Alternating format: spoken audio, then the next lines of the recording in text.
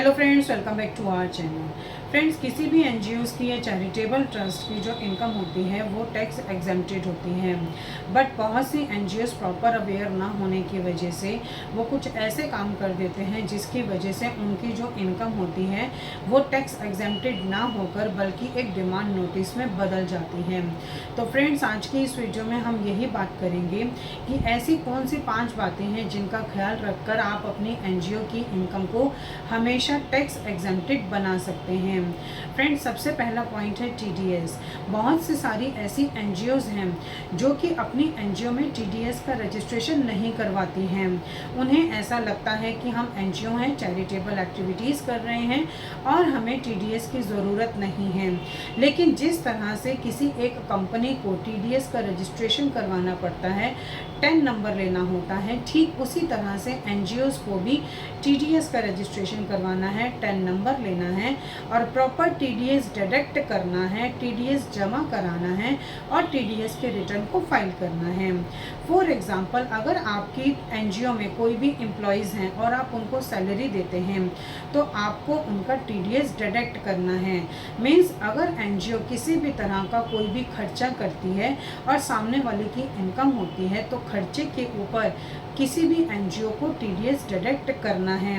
अगर आपने अपनी कंपनी में, अपनी एनजीओ में किसी भी कंसल्टेंट को हायर कर रखा है और आप उसको प्रोफेशनल फीस दे रहे हैं तो भी आपको उसका 10% का टीडीएस डिडक्ट करना है। इसी तरह से अगर आप अपनी एनजीओ में रेंट पे कर रहे हैं तो भी आपको लैंडलॉर्ड को पेमेंट करते हुए 10% का टीडीएस डिडक्ट करना है। इसके बाद गवर्नमेंट को टीडीएस जमा करा के टीडीएस की प्रॉपर रिटर्न को फाइल करना है। अगर आप इस पॉइंट को प्रॉपर फॉलो करते हैं, कंपाइल करते हैं, तो तब आपकी एनजीओ की जो इनकम है वो उसकी जो टैक्स एग्जेम्पशन है वो हमेशा बनी रहेगी। दूसरा पॉइंट है कैश एक्सपेंसेस। किसी भी एनजीओ में जब भी कोई भी खर्चा किया जाता है तो बहुत से लोग उसमें कैश में एक्सपेंसेस कर देते हैं। एनजीओ के पास जो इनकम सोर्स होता है वो डोनेशन होता है, तो डोनेशन के थ्रू जब उनके पास इनकम होती है, पैसा आता है, तो वो किसी भी तरह का खर्चा करते हैं तो वो कैश में कर देते हैं।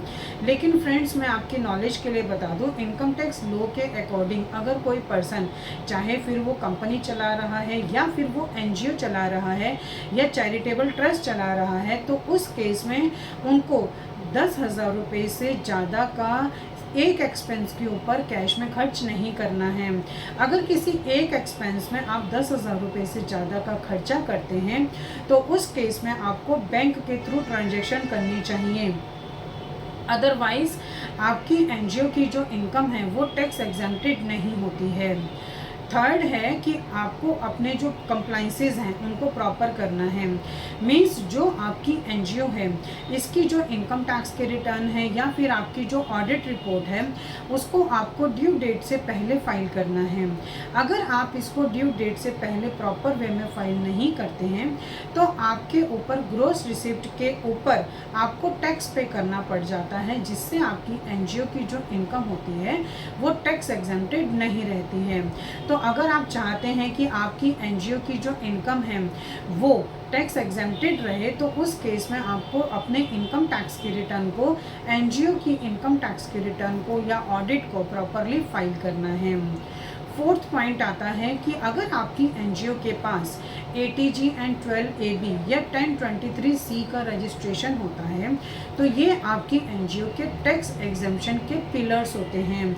तो अगर आपकी एनजीओ के पास अभी तक 12AB, ATG या 1023C का रजिस्ट्रेशन नहीं है तो आपकी एनजीओ को ये रजिस्ट्रेशन अभी ले लेने चाहिए ताकि आपकी एनजीओ की जो इनकम है वो टैक्स एग्जेम्प्टेड हो जाए।